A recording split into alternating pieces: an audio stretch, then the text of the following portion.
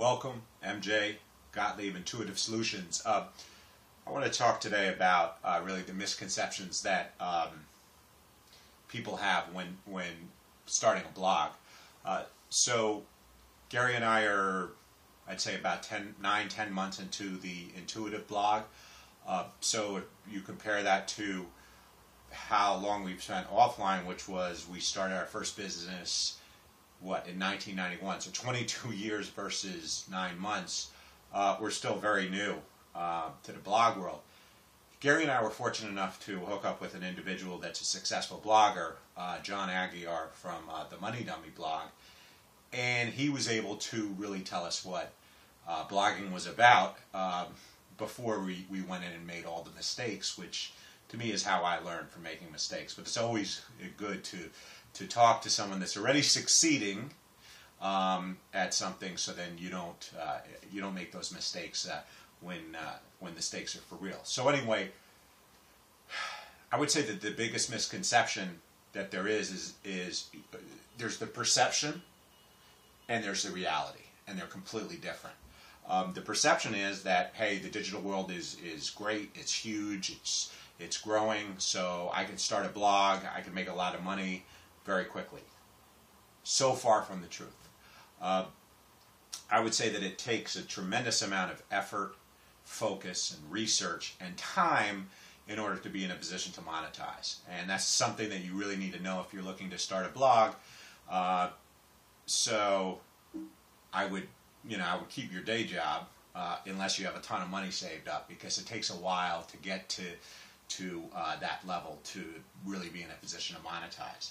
I think the second mistake that people make, we've heard this a lot before, is they don't focus on content. Huge mistake. They start pushing products or services or advertisements before engaging their readers with content. You need to develop a free flow of content. People need to know who you are, and what you're good at.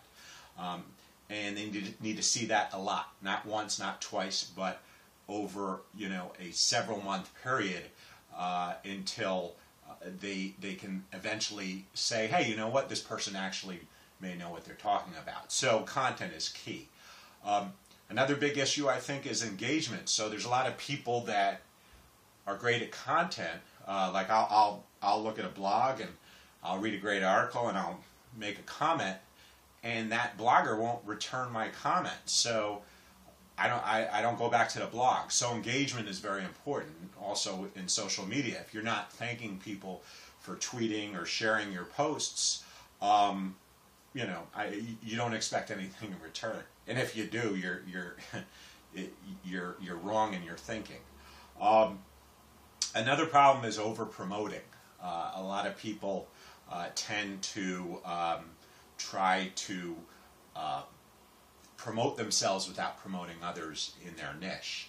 So, for instance, if you have a blog on whatever, wine, you want to talk about some other people in the wine industry that you look up to, and give them credit and link back to their site, because you need to develop a community that supports you, because you can't do it yourself.